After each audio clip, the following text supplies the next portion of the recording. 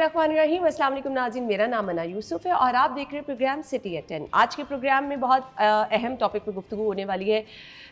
इंसानी जिस्म जिसको हम एक मशीन की मानंद कहते हैं, तो ये मशीन अपने सही तरीके से काम एक ही सूरत में कर सकती है जब इसका निज़ाम निज़ाम अच्छा हो, यानी जो आप खा रहे हैं वो अच्छी तरह से आपके जिस्म में हज़म होकर आपकी सिस्टम का हिस्सा बनकर अच्छे तरीके से आपको लग रहा है, क़ुव्वत मुदाफ़त मिल रही है, आप चल फिर रहे हैं। लेकिन आजकल सिस्टम कुछ उल्टा देखा जा रहा है।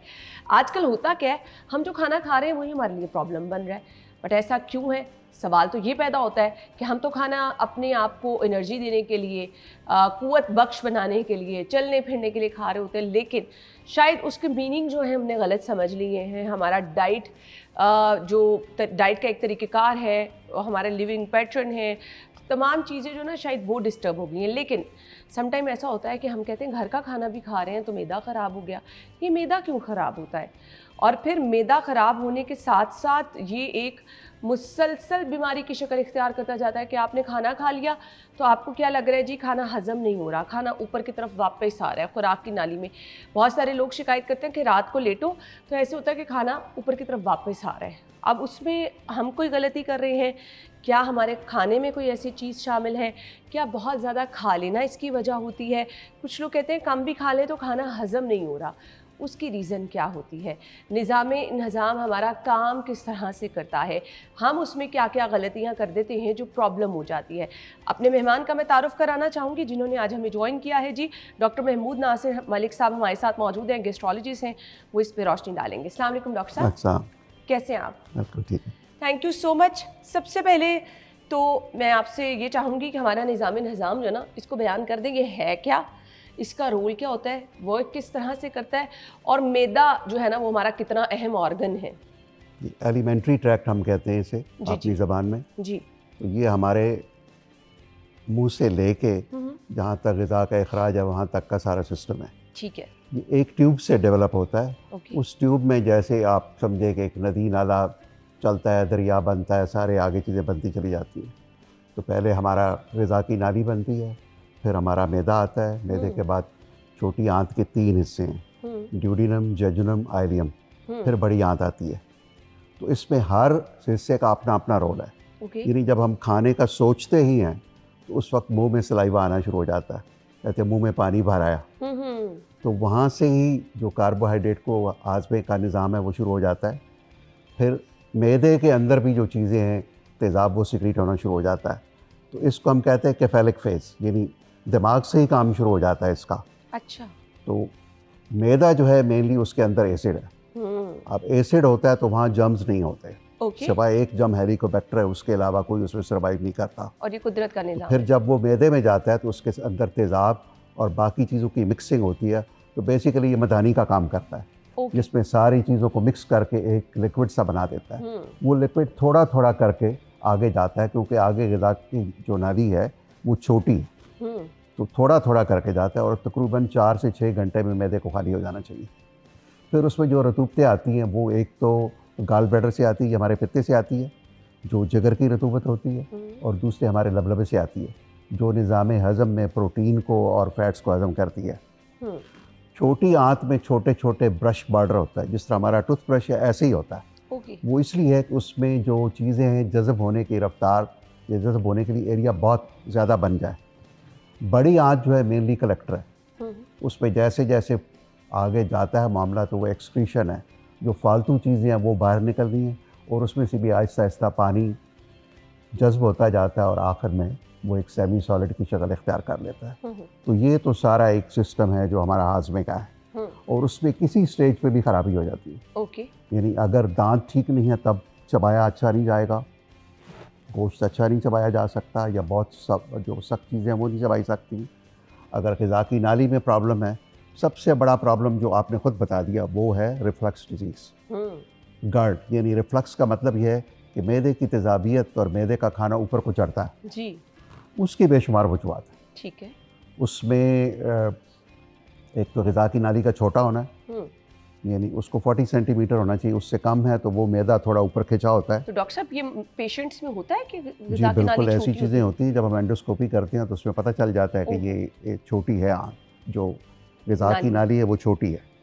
तो उसमें मैदे का कुछ हिस्सा ऊपर खिंचा होता है, जिसकी वजह से तेज़ाबियत पहले ही से मौजूद होती है। तो ये क्या कोई बीमारी कंसिडर की जी जाती ये है? बीमारी, ये बीमारी मतलब है तो कंजेनिटल, लेकिन उसको बीमारी कंसिडर किया जाएगा। ओके, दूसरा ये है कि निचला हिस्सा जो हमारा है वो बिल्कुल ऐसे तंग होता है, बंद होता है। ठीक जब है। हम एंडोस्कोपी करते हैं तो हवा देते हैं तब ये खुलता है। जी। हम समझते हैं कि खाना गिरता है, गिरता नहीं है। हाँ। हर लुकमे को इसोफेगस ऐसे करके ले जाती है, ठीक है। तो निचला हिस्सा खुल जाता है। अगर वो बिल्कुल बंद ना हो तो उससे भी वापसी हो जाती है। ओके। फिर ऐसे ही है जैसे बहुत पेट भरा हो तो फिर वो खुल जाएगा स्फिंक्टर। बहुत भरा होगा, बहुत चिकनाई होगी, मिर्चे मसाले ज़्यादा होंगे, कुछ ऐसे फूड हैं जिसको और ख़राब करते हैं। जी। तो एक आध दफ़ा तो हो जाए तो ठीक है, लेकिन जिसको रोज़ाना होना शुरू हो जाए या जिसको हफ्ते में 2-3 बार हो जाए, इसको हम फिर कहते हैं कि इसको गैस्ट्रोएसोफेजियल रिफ्लक्स डिजीज़ हो गई है। ओके। रिफ्लक्स तो हो ही जाता है, किसी दिन आपने कुछ खा लिया ऐसा। तो इसमें हमारी जो दवाएं हैं खसूसन, जिसमें दर्द की दवाएं शामिल है, कुछ ब्लड प्रेशर की दवाएं हैं, वो इसको खोल देती हैं। स्मोकिंग है, अल्कोहल है, अच्छा। काफ़ी है, बहुत ज़्यादा चिकनाई है, तली हुई चीज़ें हैं, तो ये सारी चीज़ें जो है ना इसको बढ़ा देती हैं, इसको बढ़ावा देती हैं। उसकी वजह से ये चीज़ें वापस को आनी की शुरू हो जाती हैं। तो ये क्योंकि हमें हम पता बहुत चल गया। चिकनाई हम बहुत लेते हैं। जी वही ना, ये हमें पता चल गया। चाय कॉफ़ी लोग ये नॉर्मल रूटीन में हर रोज़ पी रहे होते हैं, यानी ये इतनी नुकसानदेह हैं जी चीज़ें। बिल्कुल। इस मामले में अगर आपको रिफ्लक्स डिजीज़ है तो फिर आपको इसको अवॉइड करना चाहिए। और डॉक्टर साहब अगर ये नहीं हर है तो, आदमी को हो, और अगर नहीं है तो ज़्यादा इस्तेमाल करने वाले लोगों को बिल्कुल उसको ये हो बढ़ना जाती शुरू है। हो जाएगा, उसमें ये उसका इम्कान बढ़ जाएगा, यकीनन बढ़ जाएगा। यानी डॉक्टर साहब ने कह दिया जो लोग मुरगन ग़िज़ाएँ ज़्यादा इस्तेमाल करते हैं, चिकनाई ज़्यादा इस्तेमाल करते हैं, चाय कॉफ़ी का इस्तेमाल, तो वो रिस्क पे हैं कि जी उनको ये मसला हो सकता है। वो जो हम कहते हैं ना तेज़ाबियत होती है, खाना ऊपर आता है। इसका इलाज क्या है डॉक्टर साहब फिर? इसका इलाज एक तो मतलब ज़ाहिर है परहेज़ इलाज से बेहतर है। बेशक। इसमें और कुछ चीज़ें भी हैं, जिस तरह कच्चा प्याज है, लहसुन है, ये चीज़ें भी इसको बढ़ाती हैं। अच्छा। हम कच्चा प्याज जो सलाद के तौर पे इस्तेमाल करते हैं, जिनको ये बीमारी है उनको बिल्कुल अवॉइड करना चाहिए। ठीक है। इसी तरह ऐसी चीज़ें जो मैदे की एम्प्टिंग यानी उसके खाली होने की रफ्तार को कम कर देती हैं, उसमें घी है, बहुत ज़्यादा चिकनाई है, उसमें अमरूद है, उसमें खीरा है, ये इसको डिले करते हैं, डिलेड गैस्ट्रिक एम्प्टिंग। अब जो नई दवाएं आ गई हैं जो वज़न कम करने वाली हैं, GLP-1, ओज़ेम्पिक वगैरह, ये भी यही काम करती हैं। ये भी स्लो करती हैं। स्लो की वजह से आपको लगता है कि मैदे में खाना वहीं पड़ा है और आप मज़ीद खा नहीं सकते। तो ये भी एक वजह है जो कॉन्स्टिपेशन की और रिफ्लक्स की वजह हो सकती है। तो अब इसका इलाज फिर एक तो परहेज़ हो गया, जैसे मैंने बताया इन खानों से अवॉइड करना। दूसरा फिर उसमें वो दवाएं हैं जो तेज़ाबियत को कम करती हैं। तो क्या मरीज़ को फिर through out the life in दवाइयों पे रहना पड़ता है? नहीं, अगर आप बहुत मोहतात हो जाएं तो फिर नहीं। ठीक है। इसमें एक बड़ी वजह वज़न भी है। अच्छा, वज़न का ज़्यादा शुगर भी होना। है। तो वज़न और फैटी लिवर, जितना वज़न ज़्यादा होगा, आप लेटते हैं तो पेट का वज़न लामाला आपके ऊपर आएगा, मैदे के ऊपर, और फिर वो रिफ्लक्स बढ़ जाएगा। तो मोटापा भी बहुत बड़ी वजह है इसकी। तो वज़न कम करने से भी आपकी रिफ्लक्स डिजीज़ जो है वो कम हो जाती है। ठीक हो गया। मैदे की एक दवाई डॉक्टर साहब, ये बहुत ज़्यादा लोग ओवर द काउंटर अगर आप ये यूज़ कर रहे हैं, बगैर किसी डॉक्टर की हिदायत के बगैर यूज़ कर रहे हैं, इसका नुकसान भी हो सकता है? जी बिल्कुल, बिल्कुल नुकसानात हैं, क्योंकि अगर आप मुसलसल ले रहे हैं तो इसमें ये होगा कि आपकी तेज़ाबियत कम हो जाएगी। तेज़ाबियत कम होने से आपको इन्फेक्शंस का चांस बहुत बढ़ जाएगा। तो बहुत ज़्यादा जो लोग लेते हैं उसमें तेज़ाबियत नहीं रहती। तो तेज़ाब का मकसद ही है कि जो जर्म्स आएँ, जैसे मैंने पहले बताया कि मैदे में जर्म्स नहीं होते, तो वो जर्म्स होने का इम्कान बढ़ जाएगा, डायरिया का इम्कान बढ़ जाएगा, ऑस्टियोपोरोसिस का इम्कान बढ़ जाएगा, जो हड्डियों का भुरभुरापन जो है उसका भी इम्कान बढ़ जाएगा। तो लॉन्ग टर्म में इसी तरह जो गुर्दे के मरीज़ हैं उनको देने से गुर्दे की बीमारी के बढ़ने का बहुत ज़्यादा इम्कान है इन दवाओं से। तो कोई भी दवा वैसे तो डॉक्टर की मर्ज़ी के बगैर नहीं लेनी चाहिए। और हमारे यहाँ चूँकि लोगों को पता चल जाती हैं कुछ चीज़ें और ओवर द काउंटर मिल जाती हैं, वो लेते जाते हैं और फिर उसका हिसाब भी नहीं रखते कितना अरसा ली कितना नहीं। बिल्कुल ऐसे ही है।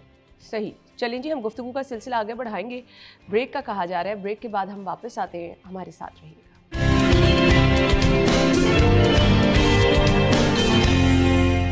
Welcome back once again. हम गुफ्तगू का सिलसिला आगे बढ़ाएंगे। हमारे साथ बहुत सारे लोगों ने ये सवालात हमें भेजे थे कि मैदे में दर्द रहती है, खाना हजम नहीं होता, बदहज़मी रहती है। अच्छा जी, अब बदहज़मी क्यों होती है डॉक्टर साहब, और बार बार ये जो बर्ब्स खट्टे टिकार आते हैं, इसकी क्या वजह होती है?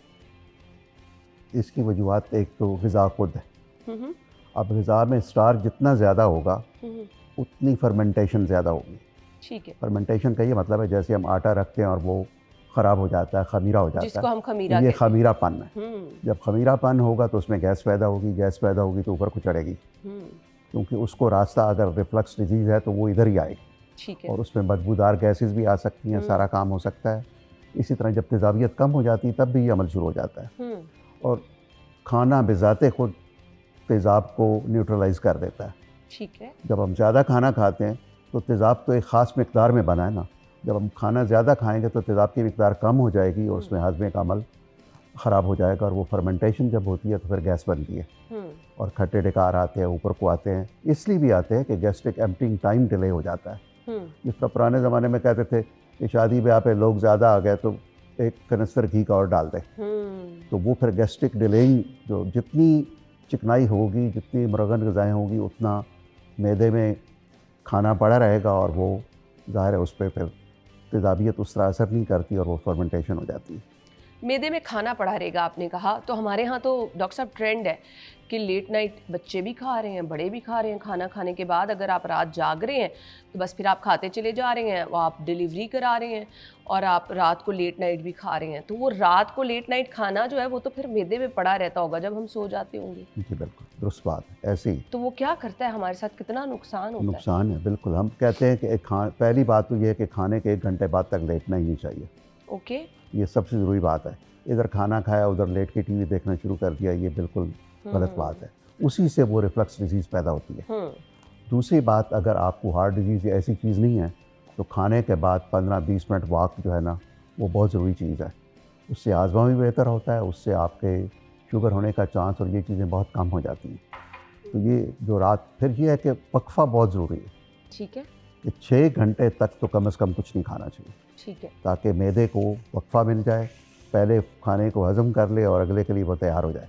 जैसे हम साथ साथ खाते जाते हैं और चाय पीते जाते हैं, काफ़ी पीते जाते हैं, तो उससे ये जो मैदे की झिल्ली है उसकी सोजिश हो जाती है और वो हाजमा उस तरह का नहीं रहता है जैसे होना चाहिए। और रात को जो लेट नाइट खाना है वो तो बिल्कुल ही बहुत बड़ी बात है, क्योंकि वो जैसे कहा वो खाना पड़ा रहता है, वो डिलेड एम्प्टिंग होती है।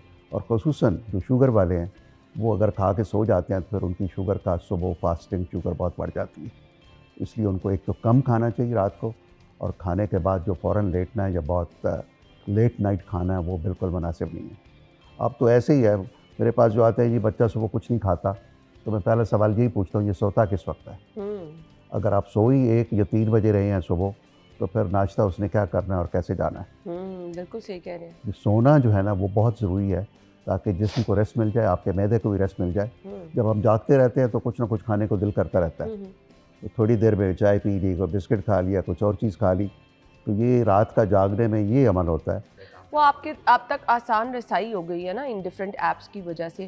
खैर, अब बहुत सारे लोग ना कहते हैं स्टमक में दर्द हो रही है, पेट में दर्द हो रही है, मुख्तलिफ ड्रिंक्स हमारे यहाँ जो मिलती हैं उनका इस्तेमाल कर लिया, कोला ड्रिंक्स हैं, या ये कोला ड्रिंक्स और जो बाकी ड्रिंक्स होती हैं ये भी क्या हमारे मैदे को ख़राब कर रही होती है? क्योंकि खाने के बाद हमें आदत हो चुकी होती है ना, जब तक ड्रिंक नहीं होगी भाई हम खाना नहीं खाएंगे।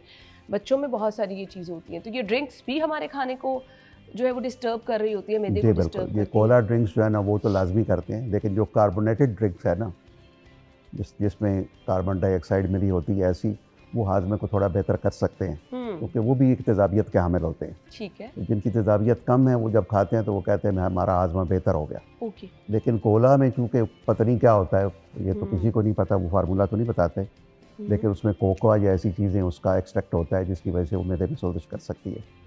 तो ये अवॉइड ही करनी चाहिए, क्योंकि जितना मीठा जा रहा है, एक बोतल में 6 चम्मच चीनी होती है, तो बाकायदा चीनी होती है, ये नहीं कि उन्होंने कोई ऐसी चीज़ें डाली होती हैं। लेकिन जो दूसरी जिसमें चीनी नहीं डली उसमें इतना बड़ा प्रॉब्लम नहीं होता, लेकिन ज़ाहिर है आप कैलोरीज़ का इंटेक बढ़ा रहे हैं अपना, तो उसमें गड़बड़ होगी, लाजमन गड़बड़ होगी। तो डॉक्टर साहब ये जेनेटिक भी होता है कि अगर आपके पेरेंट्स में चलते आ रही है ऐसी कोई डिजीज़ मैदे की, तो आप में भी आगे आ सकती है? जी बिल्कुल, ये ऐसा हो सकता है। रिफ्लक्स डिजीज़ ऐसा हो सकता है, आपको IBS इरिटेबल बाउल सिंड्रोम है वो हो सकता है, आपको अल्सरेटिव कोलाइटिस की ऐसी चीज़ों का चांस हो सकता है। तो इसी तरह जो ग़िज़ा की नाली का मैंने बताया कि वो छोटी होती है, जिसको तो वो जो छोटी होती है उसमें थोड़ा सा चूँकि हिस्सा स्टमक की नाली का आ जाता है, उसको बैरेट्स एसोफेगस कहते हैं। तो बैरेट्स में चांस हो जाता है कि आपको खुदा न खास्ता आगे ग़िज़ा की नाली का कैंसर ना हो जाए। अल्लाह रहम करे। तो एक और जो वजह हम अभी तक नहीं बताया वो हेलिकोबैक्टर इन्फेक्शन है। तो हेलिकोबैक्टर इन्फेक्शन गैस्ट्राइटिस करती है, मैदे में सोजिश करती है, और ये हमारे पानी में, ये सलाइवा से मुंतकिल होती है, पानी से मुंतकिल होती है, अगर ओरल हाइजीन यानी हाथ अच्छी तरह नहीं धोए उससे मुंतकिल हो जाती है। तो दुनिया में बहुत ज़्यादा है, ये 50% से ज़्यादा पॉपुलेशन को हेलिकोबैक्टर है। अच्छा। ख़ुसूसन हमारे जो डेवलपिंग कंट्रीज़ हैं। लेकिन मसला ये है कि उसको आज इलाज आपने किया तो अगर आपने उन एनवायरनमेंट को नहीं बदला, आपकी सफाई सुथराई को नहीं बदला, तो वो फिर आ जाएगी और वो रेजिस्टेंट होगी हमारे यहाँ। और इसका डायरेक्ट लिंक आपकी सिर्फ हाइजीन से है? जी बिल्कुल। अगर सफाई होगी तो हेलिकोबैक्टर नहीं आएगा, क्योंकि वो मैन टू मैन ट्रांसमिशन है, ऐसे नहीं आता। Okay. Man to man transmission है हेलिकोबैक्टर की। तो फिर इसका इलाज क्या है हेलिकोबैक्टर का? एक तो जैसे बताया, हम उसकी हाइजीन को बेहतर करें, लेकिन अगर वो मौजूद है तो उसमें 2 टेस्ट आते हैं। ठीक है। एक तो हम ब्लड में टेस्ट करते हैं, ठीक है, H. pylori antigen. ठीक है। लेकिन वो 3-4 साल तक पॉजिटिव रह सकता है अगर हेलिकोबैक्टर ख़त्म भी हो जाए। ओके। दूसरा है कि हम हेलिकोबैक्टर एंटीजन स्टूल के अंदर करें, वो ज़्यादा बेहतर टेस्ट है और बहुत लागत वाला नहीं है। तीसरा टेस्ट है वो ब्रेथ टेस्ट कहते हैं। ब्रेथ टेस्ट में हम देखते हैं कि हेलिकोबैक्टर जो है, क्योंकि वो यूरिया सेपरेटिंग ऑर्गेनिज्म है, वो कैसे बनाता है उसको, वो ब्रेथ टेस्ट से एक हो जाता है, उससे पता चलता है कि ये मौजूद है कि नहीं। मौजूद है तो उसके लिए एक लंबा ट्रीटमेंट है। ओके। उसमें 3-4 एंटीबायोटिक और जो एसिड सप्रेसिंग एजेंट्स है वो देने पड़ते हैं, और तकरीबन 2 वीक्स के लिए। ठीक है। तो वो फिर जाके वो ख़त्म होता है, वैसे ख़त्म नहीं होता। बहुत रेजिस्टेंट हो गया हमारे यहाँ। ठीक हो गया जी। चलिए जी, हम गुफ्तगू का सिलसिला आगे लेके चलेंगे। मुझे ब्रेक का कहा जा रहा है, ब्रेक के बाद वापस आते हैं तो इस पर बात करेंगे। हमारे साथ रहिएगा।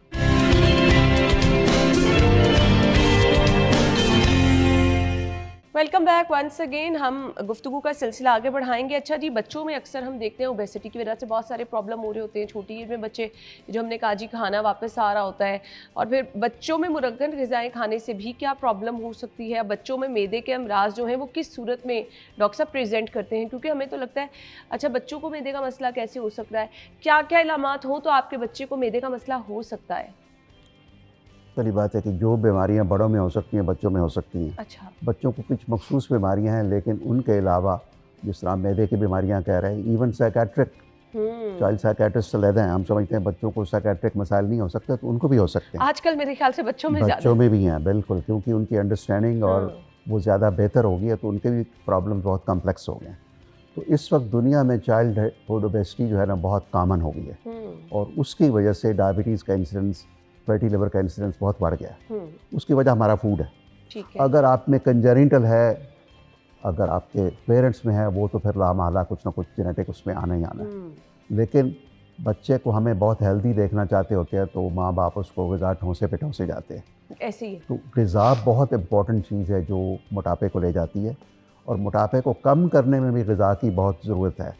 क्योंकि जितनी मर्ज़ी आप एक्सरसाइज कर लें, जो कुछ कर लें, 18% से ज़्यादा वज़न कम नहीं होता। लोग समझते हैं हम एक्सरसाइज से कम कर लेंगे, ऐसा नहीं होता। तो फूड जो बहुत ज़्यादा वज़न बढ़ा सकते हैं आपके, वो हैं जो कार्बोहाइड्रेट्स हैं, अनाज है, चिकनाई है, फ्रूट्स है। फ्रूट में भी कार्बोहाइड्रेट बहुत ज़्यादा है, तो जितना हम ज़्यादा खिलाएंगे उतना ही वेट बढ़ता चला जाएगा। ये बैंक के अकाउंट की मिसाल है। अगर 100 रुपये अकाउंट है, आप 10 निकालते हैं, 10 डाल देते हैं, तो 100 का 100 रहेगा। जब उसको कम करना है, बच्चों में भी हमें उनकी ग़िज़ा पे बहुत तवज्जो देनी पड़ेगी, उनकी एक्सरसाइज पे तवज्जो देनी पड़ेगी, और ये रात वाले खाने कम करने पड़ेंगे। और इसमें सबसे बड़ा दखल हमारे चीज़ का है।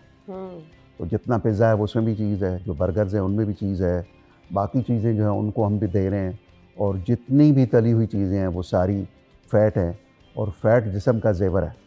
जब फ़ैट गुजरती है तो जिस्म फ़ैट को स्टोर करता है। जो फालतू ग़िज़ा है, चाहे वो प्रोटीन हो, चाहे वो कार्बोहाइड्रेट्स हों, जिस्म उसको फ़ैट में कन्वर्ट करता है। और फ़ैट में सबसे ज़्यादा 2 जगह हैं, एक वो लिवर में जाएगी, एक वो पेट में जाएगी, विसरल फ़ैट। तो विसरल फ़ैट जितनी बढ़ेगी उतना आपका इम्कान ब्लड प्रेशर का, शुगर का, इसको मेटाबॉलिक सिंड्रोम कहते हैं, या अब नई टर्म आ गई मेटाबेसिटी। आपका मेटाबॉलिक प्रोफाइल भी ठीक नहीं है और आपको ओबेसिटी भी है। तो दोनों चीज़ें मिलके ये मेटाबेसिटी बनती है, जिससे आपका लिवर मुतासर होता है, आपके बाकी आर्गन मुतासर होते हैं। बच्चा है तो वो स्लो हो जाता है, मेंटली स्लो हो जाता है। लेकिन इसमें एक चीज़ को चेक करना बच्चों में खुसूसन बहुत ज़रूरी है, वो थायराइड है। अच्छा। अगर थायराइड हाइपोथायराइड है, थायराइड कम काम कर रहा है, तो उसमें मोटापा भी आ जाएगा और उसमें जो उसकी मेंटेशन है वो भी बहुत स्लो हो जाएगी। बच्चा अच्छा भला जाते हुए वो स्लो हो जाएगा, उसके स्कोर्स कम होने शुरू हो जाएंगे। अगर ऐसा हो तो लाजमी तौर पे हमें थायराइड को चेक करना चाहिए। ये लाजमी तौर पे जी अपने बच्चों में देखें, अगर कोई ऐसा सिम्टम है तो थायराइड का टेस्ट जो है वो लाजमी कराएं, क्योंकि हमें लगता है कि कुछ ऐसी स्पेसिफिक चीज़ें बड़ों में ही हो सकती हैं, तो बच्चों में भी इसके इम्कानात हो सकते हैं। अब एक पेशेंट डायबिटीज़ का है, साथ ही साथ उसको मैदे का मसला भी है, ओबेसिटी भी है। ये नॉर्मली केसेस हमारे इर्द गिर्द डॉक्टर साहब पाए जाते हैं, क्योंकि हम केयर नहीं करते हैं बिल्कुल ना, और अपने खाने के पैटर्न पे तवज्जो नहीं देते हैं। ये 2-3 चीज़ें जिन लोगों को साथ साथ है, हाई ब्लड प्रेशर, शुगर, ये नॉर्मल चल रहा है, हर किसी को होता है। उस पर हम अगर डाइट का ख्याल ना रखें तो क्या क्या मसाइल हो सकते हैं? तो पहली बात तो डाइट, सबसे इम्पोर्टेंट तो डाइट ही है ना। जेनेटिक फैक्टर्स को तो आप कुछ नहीं कर सकते, तो डाइट में कार्बोहाइड्रेट को कम करें, चिकनाई को कम करें, चावल को कम करें, केले को कम करें, जो बहुत ज़्यादा मीठे हुए शहद है, आम है, किन्नू है, ये सारी चीज़ें जो है आपको टोटल कैलोरिक काउंट में आएंगी। तो जब ये ज़्यादा कैलोरीज होंगी तो ज़ाहिर है वो जमा होंगी बॉडी में। बॉडी को उतनी ही कैलोरीज चाहिए जो हमने इस्तेमाल करनी है। इस्तेमाल से जितना फालतू है वो फैट में जाएगा और ओबेसिटी में कन्वर्ट होगा। और मैं अक्सर कहता हूँ कि अगर आप लेटें और आपका पेट आपकी चेस्ट से ऊंचा है तो फिर आपको मेटाबॉलिक सिंड्रोम है, आपके पीछे ब्लड प्रेशर है, ट्राइग्लिसराइड्स हैं, आपके पीछे कोलेस्ट्रॉल है, आपके पीछे शुगर लगी हुई है, किसी दिन आपको हो जाएगी। तो ये बहुत इंपॉर्टेंट बात है कि आप अगर लेटें, ये बहुत आसान सा नुस्खा है, अगर आप लेटें तो आपका पेट आपकी चेस्ट से ऊपर है या बराबर भी है तो आप समझे कि आप ठीक नहीं हैं। आपको इसको कम करना है, वक्त से करना है, ग़िज़ा से करना है, जिस तरीके से मर्ज़ी करें उसको कम पिलाएं। ये बहुत ज़रूरी बात है, वहीं से इब्तिदा होती है सारे काम। बिल्कुल आपने ठीक कहा। मीठा भी क्या मैदे के लिए नुकसानदेह होता है? बहुत ज़्यादा मीठे की क्रेविंग जिन लोगों को होती है, मसाला जात तो ख़राब करते ही करते हैं ना आपका मैदा, तो बहुत मीठा खाने वालों को भी कुछ डिस्टर्बेंस? असल तो एतदाल ही है ना, वो मिसाले में भी एतदाल है, वो चिकनाई में भी एतदाल है, वो मीठे में भी है। मीठा आप जितना खाएँगे आप अपने लेवल पे ज़्यादा जोर डाल रहे हैं, वो इंसुलिन ज़्यादा खर्च होगी और फिर एंड स्टेज तो वही हो जाएगा ना, आखिरी एज में जाके फिर आप शुगर का इम्कान बढ़ जाएगा, क्योंकि लबलबे पे जितना ज़ोर पड़ेगा उतनी वो इंसुलिन बनाएगा, उतना ही थक जाएगा। ये ऐसे ही जैसे हमारे सुई गैस के कुएँ खुश्क हो गए हैं, तो एक दिन लबलबे के कुएँ खुश्क हो जाते हैं और हमें इंसुलिन देनी पड़ती है। कहते हैं डॉक्टरों ने इंसुलिन लगा दी, डॉक्टरों ने नहीं लगाई, आपके लबलबे में इंसुलिन ख़त्म हो गई तो हमने इंसुलिन देनी शुरू की आपको। सही। अमूमी तौर पर क्या होता है, तासुर ये है कि जी आप जल्दी सुबह नाश्ते के लिए उठे, नाश्ते का टाइम कम है, आप चाय पी के दफ्तर चले गए, फिर आप दफ्तर में भी 2-3 दफ़ा चाय पी रहे हैं, चाय कॉफ़ी का ज़्यादा इस्तेमाल जो है, जो उससे मैदे की बाजार है, आप मैदे में कुछ नहीं है और चाय जा रही है तो उसने झिल्ली को नुकसान पहुँचाना ही पहुँचाना है, क्योंकि उसमें ऐसी चीज़ें हैं, कैफ़ीन हैं, टैनिन्स हैं, बाकी चीज़ें हैं जो मैदे की झिल्ली को लाजमी नुकसान करती हैं और स्पेशली जिनको पहले से तेज़ाबियत है उसको और बढ़ा देती है। ठीक है। वक्ती तौर पे तो वो सुकून देती है लेकिन आगे जाके उसको बढ़ाती है, रिफ्लक्स को तो बहुत ही बढ़ाती है। अच्छा, नॉर्मली होता है उससे आपकी भूख भी ख़त्म होना शुरू हो जाती है? जी, ये चीज़ें ऐसी हैं ना, काफ़ी और ये भूख को ख़त्म करती है, इसलिए कि वो ऐसे मैदे की झिल्ली की सोजिश होती है तो लगता है मैदा भरा हुआ है। सही। तो इसलिए वो भूख ख़त्म करने वाला तरीका ही है। अब तो लोग कहते हैं कि वज़न कम करना है तो काली काफ़ी पीनी शुरू कर दें। ब्लैक कॉफ़ी वो यही ब्लैक कॉफ़ी यही करती है ना, वो मैदे में सोजिश करती है, आपको खाने नहीं देती। तो ये ब्लैक कॉफ़ी का ये इफ़ेक्ट है और कुछ नहीं है, और उसमें ऐसा कमाल नहीं है। वो ठीक है, उसके कार्डियोवास्कुलर जो दिल के ऊपर इफ़ेक्ट हैं वो अच्छे हैं यकीनन, लेकिन मैदे के ऊपर उसके इफ़ेक्ट कोई अच्छे नहीं है। इवन जिन लोगों को हार्ट के प्रॉब्लम है, हार्ट की धड़कन का प्रॉब्लम है, उनके लिए ज़्यादा चाय और काफ़ी दिल की धड़कन को बेतरतीब कर सकती है, जिसको एट्रियल फिब्रिलेशन कहते हैं, जो बहुत ख़तरनाक हो सकती है और जानलेवा भी साबित हो सकती है। अगेन यहाँ पर वो जो इत्तेदाल वाली बात आपने की थी वो आ जाती है कि आप अगर बहुत ज़्यादा इस्तेमाल किसी चीज़ का करें तो वो तो फिर आपको नुकसान की तरफ ही लेके जाएगी। अच्छा, हमारे यहाँ ना एक ट्रेंड बन चुका है, स्मोकिंग से अब हटके लोग वेप की तरफ आ चुके हैं, शीशा स्मोकिंग की तरफ जा चुके हैं। तो डॉक्टर साहब, जितना सिगरेट नुकसान पहुँचा रहा होता है उतनी ही तेज़ाबियत ये चीज़ें भी कॉज कर रही होती हैं? जी बिल्कुल, लेकिन वेपिंग तो और ख़तरनाक। अच्छा। वेपिंग जो लंग को डैमेज करती है वो सिगरेट से भी ज़्यादा है। सिगरेट में भी जो चीज़ ज़्यादा कर रही होती है वो उसका कागज़ है, यानी सिगार कम ख़तरनाक है सिगरेट से। तो इसमें जो कागज़ जब जलता है तो उसमें इतने केमिकल जो कार्सिनोजेनिक यानी जो कैंसर बनाने वाले हैं वो होते हैं जो तंबाकू में नहीं होते। इसी तरह जो केमिकल आप मिला देते हैं टोबैको में, जो शीशा वगैरह है, तो वो और ख़तरनाक है, क्योंकि और केमिकल जब जलते हैं तो कैंसर के इम्कान को और बढ़ा देते हैं। तो vaping is more dangerous smoking से भी।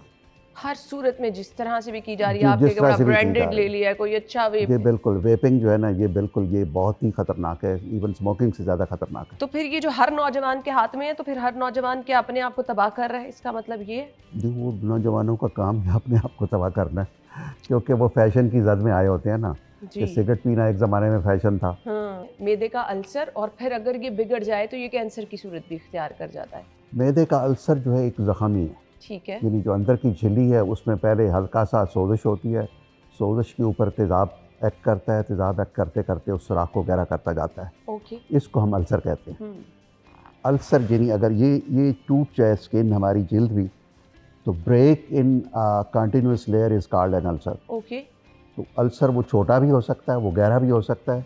जब वो गहरा होता है और ड्यूडेनम में होता है तो वो बहुत ब्लीड करता है। ओके। तो हेलिकोबैक्टर जो है वो एक ऐसी वजह है जो अल्सर को लीड करता है। ओके। फिर ये जितनी तेज़ाबियत वाली दवाएं हैं, ख़ुसूसन ये दर्द की दवाएं हैं, तो ये सारी बहुत ज़्यादा वजूहात हैं अल्सर की। तो अल्सर में एक तो हेलिकोबैक्टर है, दूसरी ये दवाएं हैं, तीसरा आपका कंजेनिटल है। आम तौर पे जो मैदे का अल्सर होता है वो कैंसर में नहीं बदलता। ठीक है। कैंसर वाला अल्सर डिफरेंट होता है, ठीक है। उसको एडिनोकार्सिनोमा कहते हैं। ठीक है। वो कहीं पे भी हो सकता है, तो वो एक अलग चीज़ है, बिल्कुल अलग एंटिटी है। वो भी शक्ल फोड़े की होगी या अल्सर की होगी, उसकी भी।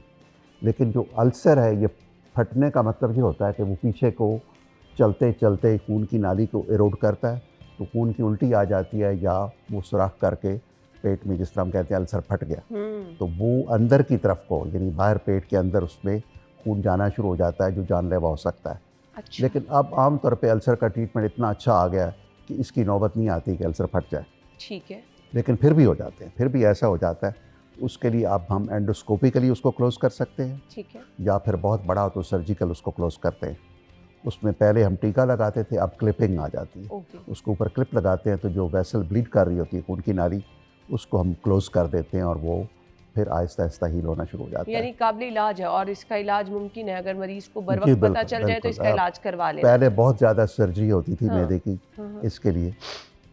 जो जब से ये नई ईजादात आई हैं, जो तेज़ाबियत कम करने की दवाएं हैं, ये इतनी तेज़ाबियत कम कर देती हैं कि इसकी वजह से हम कहते हैं कि सर्जन की छुट्टी हो गई। छुट्टी तो नहीं हुई, अब भी ज़रूरत पड़ सकती है सर्जन की, लेकिन अमूमी तौर पे अगर हमें अल्सर का पता चल जाए, डायग्नोज भी जल्दी हो जाता है एंडोस्कोपी से, और उसका इलाज भी जल्दी हो जाता है। ये हमारे यहाँ बड़ा ट्रेंड आ गया है कि आप मोटापा कम करना चाह रहे हैं, मैदा छोटा करवा लें।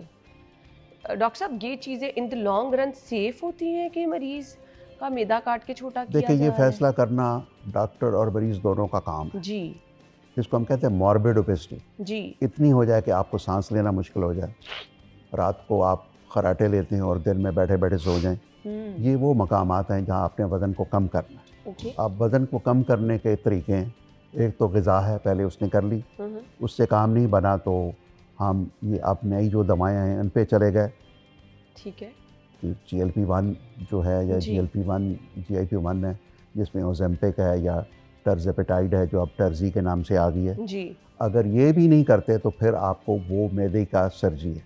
मैदे की सर्जरी भी ये करते हैं कि मैदे के एक हिस्से को काट के ट्यूब सा बना देते हैं, okay.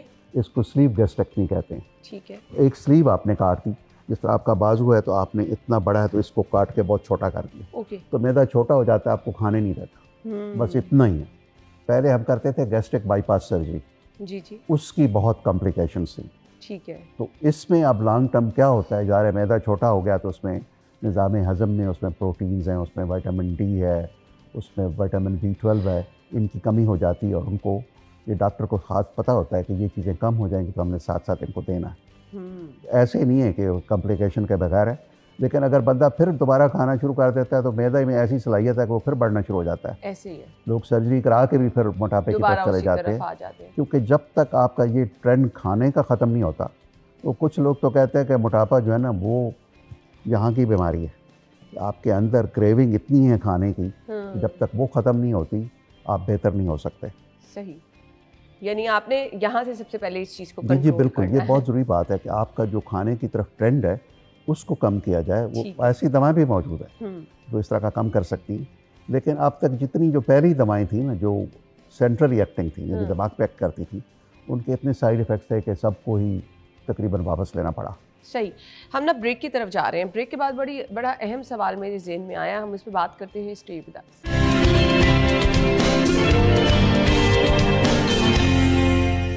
Welcome back once again. Market में ओज़ेम्पिक की भरमार आ गई। आपने बहुत सारे टीवी एक्टर एक्ट्रेसेस को देखा, बहुत सारे लोगों को आपने सोशल मीडिया पे देखा, खुद ब खुद लोगों ने इस्तेमाल करना शुरू कर दिया। क्या करते हैं ये, अगर हम बगैर किसी डॉक्टर की हेल्प के बगैर इस्तेमाल कर रहे हैं? मैंने लोगों में ना बहुत ज़्यादा, डॉक्टर साहब, इसके साइड इफ़ेक्ट भी देखे। नौजिया बहुत ज़्यादा, और बहुत खाना खाया ही नहीं जा रहा। ये अगर हम इस्तेमाल कर रहे हैं तो ये डॉक्टर की हिदायत और अंडर ऑब्जर्वेशन यूज़ करना कितना ज़रूरी है? एक बहुत हाई फाई पेशेंट, हमारे प्रिंसिपल साहब ने कहा उनको देखना है। उनको रात को खाना मुंह में आ जाता था, ठीक है, पता ही ना चले कि क्या हो रहा है। अल्टीमेटली हिस्ट्री ली तो पता चला कि वो ऐसी ही एक दवा टीका लगा रहे हैं, तो उसकी वजह से इतना रिफ्लक्स हो रहा है कि वो खाना मुंह में आ जाता है। जब वो बंद करा दिया तो वो ठीक हो गए। तो ये पहला इफ़ेक्ट तो वही है, जैसे खाना पड़ा हुआ है अंदर, तो आपको लगता है खाना अंदर खट्टे डकार आ रहे हैं, बर्पिंग हो रही है, खाया कुछ नहीं जा रहा, मुंह में खाना आ रहा है। पहला हफ्ता तो ऐसे ही गुजरता है। तो लो डोज से शुरू की जाती है। फिर ये कॉन्स्टिपेशन कर सकती है, सीवियर कॉन्स्टिपेशन कर सकती है, डायरिया कर सकती है। डायरिया में आपके नमकियात और वो सारे कम हो जाते हैं, लेकिन चंद चीज़ें बहुत ख़तरनाक कर सकती है, जानलेवा। यानी अभी एक केस रिपोर्ट हुआ है जो गैस्ट्रोप्रीसिस, यानी मैदा बिल्कुल ही चलने से इनकारी हो गया, बिल्कुल ही बंद हो गया, जिसको एक ज़माने में गुम हैज़ा या ऐसी चीज़ कहते थे। एक तो ये हो गया, अंतरी रुक सकती है, ब्लॉकिंग हो सकती है। ओके। दूसरा है पैंक्रेटाइटिस, लबलबे की सोजिश। लबलबे की सोजिश हो जाए तो उसमें बहुत ये जानलेवा हो सकती है। तीसरे कुछ इफ़ेक्ट हैं इनके जो आँख के ऊपर है, आँख में बीनाई ज़ाया हो सकती है। फिर आपका जो वेट लॉस है, एक तो फैट से ही है, स्किन लटक जाती है, हम कहते हैं ओज़ेम्पिक फेस। हाँ जी। ओज़ेम्पिक फेस भी है कि वो सारी चर्बी ख़त्म हो गई तो चेहरा लटक गया, बिल्कुल अजीब सा फेस ऐसे ही होता है, स्किन सारी लटक गई। लेकिन साथ साथ जब फैट जा रही होती तो प्रोटीन भी लूज़ हो जाता है। सही। और अगर प्रोटीन लूज़ हो जाए तो उसको फिर काबू करना बहुत मुश्किल हो जाता है। इसलिए अब हमारी रिकमेंडेशन ये होती है कि अगर लोग ले रहे हैं ना, तो साथ को वर्जिश भी करें, ताकि आपकी जो टोन है मसल्स की वो बेहतर रहे। सही। तो ये तो लाजमी इनके इफ़ेक्ट्स है, जो भी ये आ रहे हैं ना, कम तो हो जाते हैं आगे जाके, लेकिन कुछ लोग उसको बिल्कुल टॉलरेट नहीं कर सकते। लेकिन अगर आपको शदीद पेन हो जाए, आपको ब्लड आ जाए, आपको आँखों में कुछ ऐसी चीज़ होनी शुरू हो जाए, तो वो चीज़ ये है जब फौरी तौर पे डॉक्टर को जाना चाहिए। लेकिन अब देखना ये भी पड़ता है ना, अब गाल स्टोन इसकी एक कॉम्प्लिकेशन है। ठीक है। जिसको गाल स्टोन्स है उसको देना भी नहीं चाहिए, ठीक क्योंकि ये गाल स्टोन्स खुद बना देती हैं ओज़ेम्पिक वगैरह। तो ये बहुत ज़रूरी बातें हैं कि पहले एक दफ़ा आपका चेकअप हो जाए, डॉक्टर चेक करे, डॉक्टर चेक करने के बाद देखे कि आपके अंदर कोई ऐसी और बीमारी तो नहीं है जिसकी वजह से ये दवाएं जो हैं इसको, यानी जिसको पहले ही रिफ्लक्स डिजीज़ है, उसको देंगे तो उसका तो बुरा हाल हो जाएगा, उसको नहीं देना चाहिए। बिल्कुल। तो ये चीज़ें डॉक्टर करेगा तो फिर ही ठीक है, और डॉक्टर के अंडर कंट्रोल ही करनी चाहिए। लेकिन चूँकि इस मुल्क में आपको पता है ओवर द काउंटर हर चीज़ मिल जाती है, और हम और हर सोशल बंदा मीडिया ही से सोशल लोगों की मीडिया पे स्टोरी डॉक्टर से है। इम्प्रेस होकर इस्तेमाल करना शुरू कर देते हैं, और फिर उसका इतना सारा नुकसान आपको भुगतना पड़ता है। डॉक्टर साहब, यहाँ पे एक और बड़ी अहम चीज़ है कि हम बहुत सारे लोगों को देखते हैं कि अक्सर लोग कह रहे होते हैं खाना देख के खाने का दिल नहीं कर रहा। बिल्कुल ऐसे लग रहा है जैसे पूरा दिन भी लोग भूखे रह रहे होते हैं। ये डिफरेंट डाइट प्लान भी जो लोग फॉलो कर रहे होते हैं, वो आपकी भूख ख़त्म होना शुरू हो जाती है। उस सूरत में अगर आपको भूख नहीं लग रही, खाना खा देख भी रहे हैं, दिल ख़राब हो रहा है, क्या करना चाहिए? पहली बात तो ये, हर चीज़ जो है ना उसको सादा नहीं लेना चाहिए। यानी अगर आपको खाने को दिल नहीं कर रहा, आपको बगैर किसी वजह से नाज़िया वॉमिटिंग हो रही है, तो इसकी चंद बड़ी वजूहत हो सकती हैं, जिनमें सबसे बड़ी वजह किडनी फेलियर है।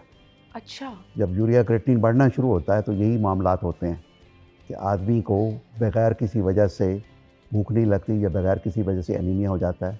इस तरह लिवर डिजीज़ में ये हो सकता है। ठीक है। तो ये बहुत ज़रूरी बात है कि हम इन चीज़ों को चेक करें। बाज़ कोई और कैंसर, एनोरेक्सिया, हम इसको कहते हैं एनोरेक्सिया, यानी भूख का ना लगना। भूख के ना लगने में सबसे बड़ी इंपॉर्टेंट बात ये होती है कहीं कोई आपको कैंसर तो नहीं है, चाहे वो मैदे का हो या किसी और आर्गन का भी हो। भूख ना लगना और वज़न का कम होना, दो ऐसी चीज़ें हैं जिसको ज़रूर देखना चाहिए। और वज़न कम हो रहा है तो हम 2-3 काम लाजमी करते हैं।